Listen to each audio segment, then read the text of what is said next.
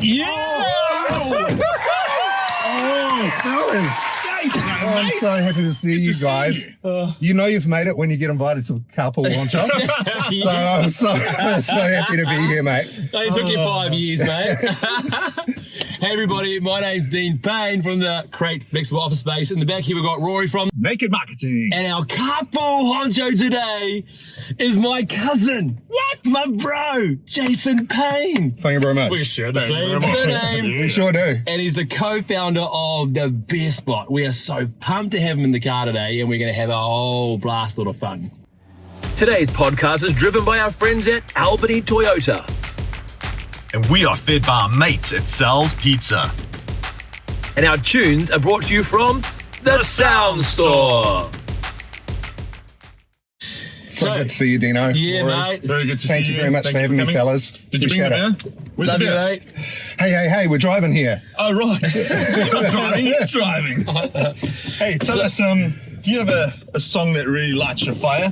Well, you know, we've donned the Elvis specs today, and, you know, I'm a big fan of Elvis, and I think we're going to be talking about that a little bit.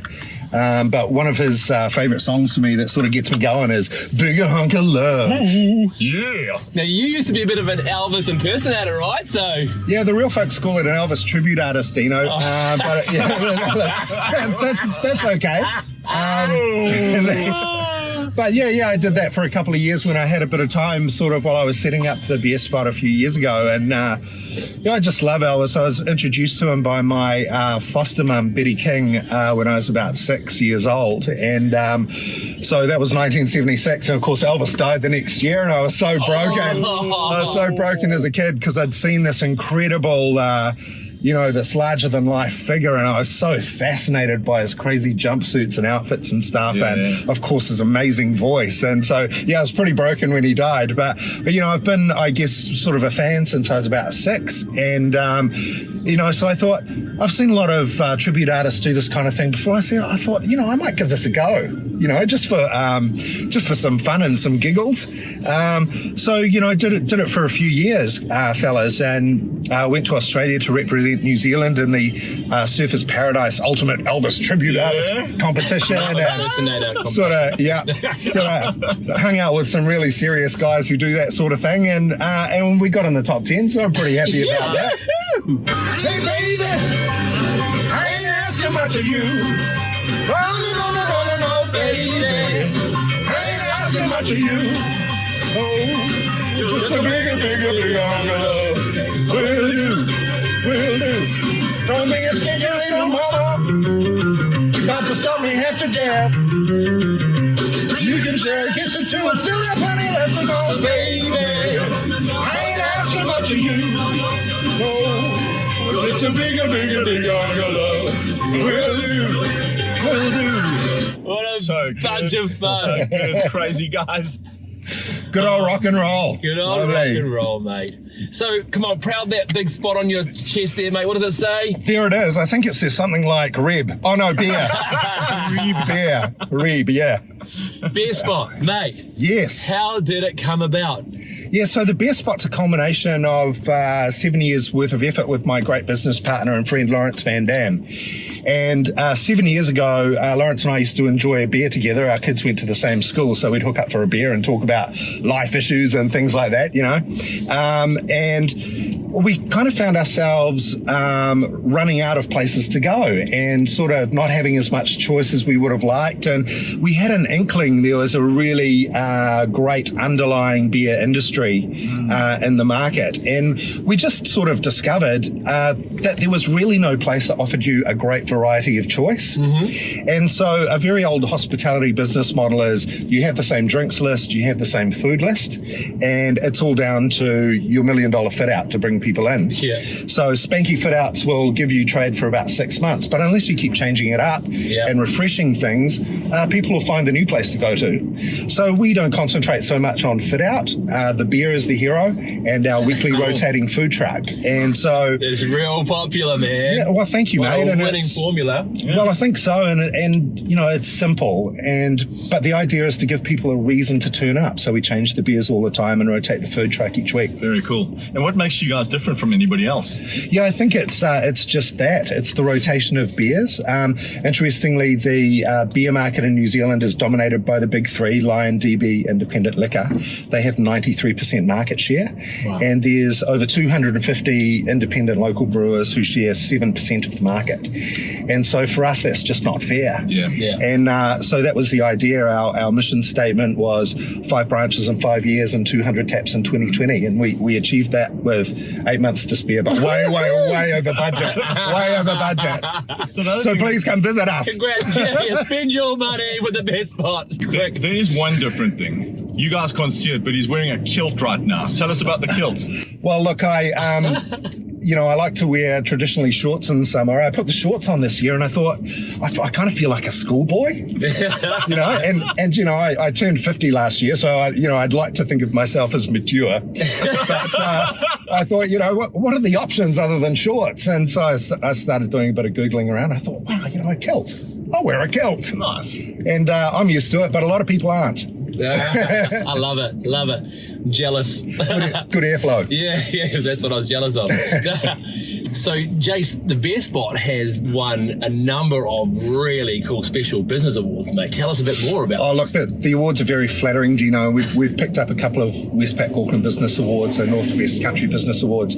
But I think, the biggest award and reward for the Beer Spot in the past 12 months is keeping all of our staff through this really difficult time. Wow. Particularly in hospitality, mate. Absolutely. Yeah. Wow, so, that's incredible. Yeah, it's been great. And the other big tick, which means so much more than any award people could give us, is our customers who turn up every single day and support not only the Beer Spot but the hundreds of independent brewers and food trucks around the country. And so that's super heartwarming and the biggest achievement for our business. Yeah, that is well done. Wonderful. Thank you. Brilliant. Big shout out to all the Beer Spot staff. Yeah. Thanks, team.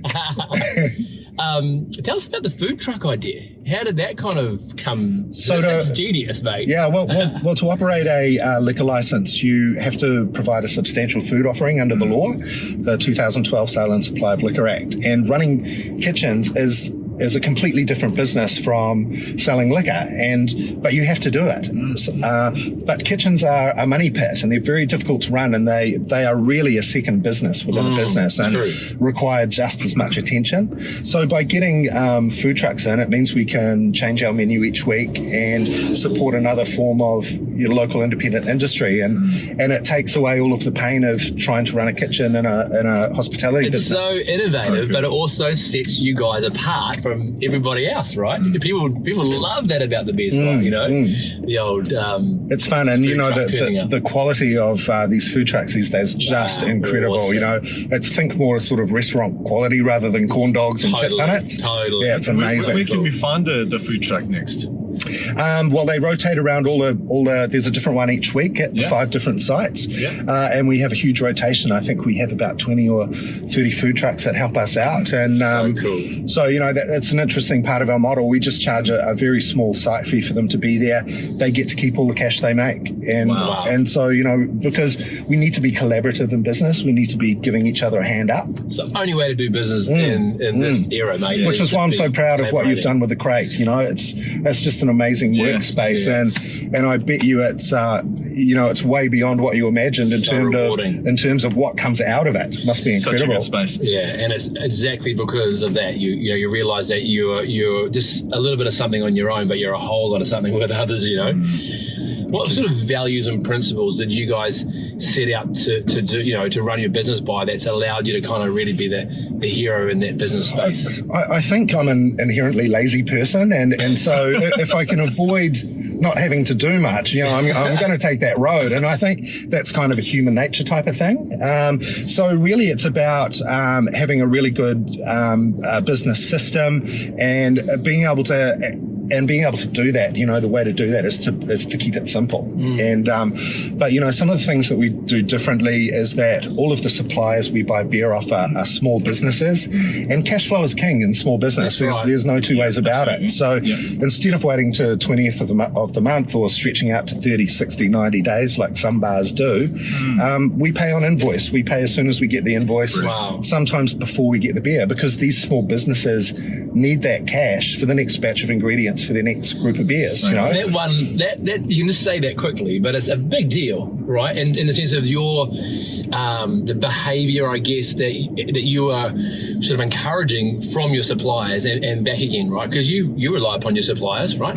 For sure. And it changes the dynamic of how you do business. And it seems like a small thing, but man, it can make a massive difference. Yeah, I mean, like how many you're on a lot of these TV shows. Yeah, we did a flight with the AM show with Duncan and Amanda the team, and that was just talking about vegan beers, because Duncan made a commitment to go vegan if the Labour government governed alone. So it was nice to be able to offer him some options. Did you not having to go vegan?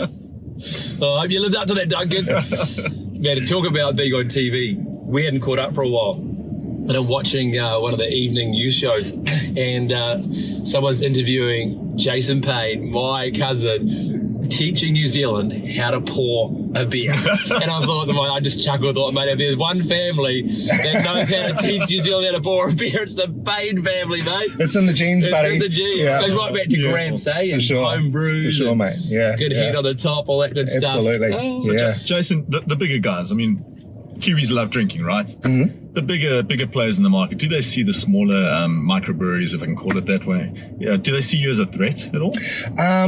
I don't think so. With sort of 7% market share at the moment, I think we're a growing influence. I don't think we're perceived as a threat at the moment. But what we see in the beer drinking market is that the volume is not changing, but the amount of local independent beer is growing within that market. Wow. So definitely the big three are getting pushed a bit, but with 93%, how much is enough? Yeah. And so, we do see some strategies, around trying to affect that. And, but I think people are getting smarter and they desire something better in their lives. Yeah. And to be honest, I think we all work really hard and we deserve a good beer. Yeah. And look, I'm not saying that those mainstream beers aren't good. They're made beautifully and they're clean and crisp and they serve a purpose. But I'd like to think of beer as a bit of an emotional journey, and it's a journey that can last you a lifetime. There are thousands of styles and thousands of brewers and thousands of beers, and you can have a different beer every day for the rest of your life, probably, and get a different experience from it. You're making me so thirsty. Right?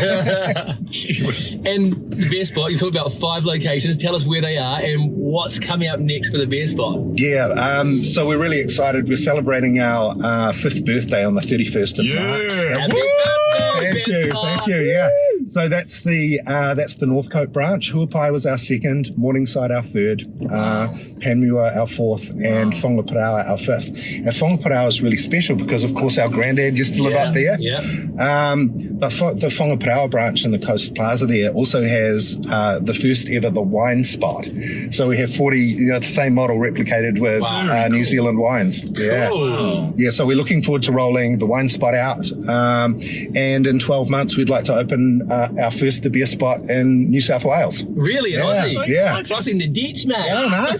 So, I got to brush up on that. A few things about drinking beer, eh, mate? And we're so pumped to have you on today's show and to be our carpool honcho. I'm really kind of feeling a little bit, amazing about it. So thank you guys. I really appreciate it. A big thanks to our listeners. And I understand you got a bit of a giveaway for our listeners, which is pretty cool. Yes, we have a featured brewer at each the beer spot site, and they're on our taps for a month. And we're happy to offer, if you rock on in and say you saw us on CARPOOL HONCHO, nice. We'll give you a Brew Buddy flight for $25, which is quite a good deal. And that's a selection of 6 150ml pours of the beers they have on our taps. That's so cool, mate. Thank you so much, man. Oh, you're welcome. So guys, now that you're all thirsty, remember, go to the beer spot, mention the CARPOOL HONCHO, and you're going to get that gift. Thank you, Jason. It's been amazing. Thank you so much. Really good brand. Thank you for that. Thank you. And I just want to say thank you to our sponsors, the flexible office space, the crate, Yeah.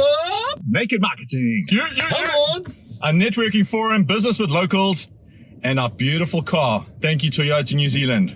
Thanks, guys. See you Woo.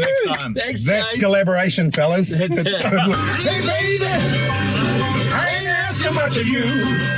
Oh, no, baby. I ain't asking much of you.